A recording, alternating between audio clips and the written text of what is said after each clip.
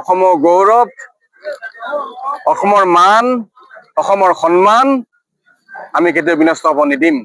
এইখন অসমত কেৱল অসমীয়া মানুহৰ প্ৰভুত্ব থাকিব লাগিব, অসমীয়া মানুহৰ ইয়াত স্বাভিমান ৰক্ষা কৰিব লাগিব, আমি ইয়াত মান সন্মান ৰাখিব লাগিব। এখন কোনো বিদেশী মানুহৰ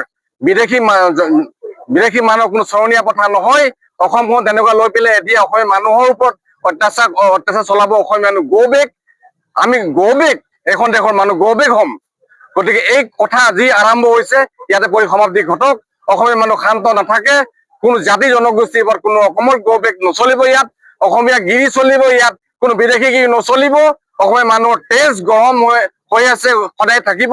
অসমীয়া মানুহ সদায় সজাগ আৰু সচেতন হৈ থাকিব।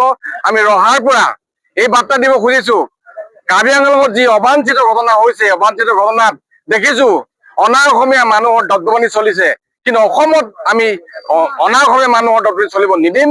গতিকে ইয়াত অসমীয়া গিৰি চলিব, অসমীয়া মানুহৰ স্বাভিমান চলিব, অসমীয়া মানুহৰ ইয়াত দাবী চলিব। ইয়াত কোনো বিদেশী মানুহৰ দাবী চলিব নোৱাৰিব, ইয়াত গৌবেগ নচলিব। যিয়ে গৌবেগ চলিব সেইসকল পাব পাব পাব, আমি ভাষাই নকওঁ, পাব।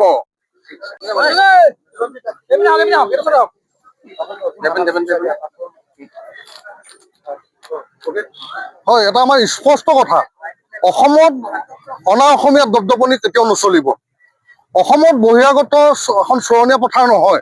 আমি অসম জাতীয়তাবাদী যুৱ ছাত্ৰ পৰিষদ, সদৌ অসম ছাত্ৰ সন্থা, সদৌ তিৱা ছাত্ৰ সন্থা, মানৱ অধিকাৰ সংগ্ৰাম সমিতি, মধ্য অসম কোচ ৰাজবংশী ছাত্ৰ সন্থা আৰু ৰহাবাসী ৰাইজৰ সহযোগত আজি আমি কাৰ্বি আংলঙত যি সিদিনাখন যি অবাঞ্ছনীয় ঘটনা ঘটিছিল তাৰ প্ৰতিবাদত আজি আমি জোৰ সমদল আমি বাহিৰ কৰিছো। আৰু আমি প্ৰতিবাদস্থলীৰ পৰাই আমি অনা অসমীয়া বহিৰাসকলক আমি দাবী জনাইছো আৰু সকীয়াই দিছো যে তেওঁলোকে কোনো ধৰণৰ আমাৰ ইয়াত ৰাজনীতিকৰণ কৰিব নোৱাৰিব।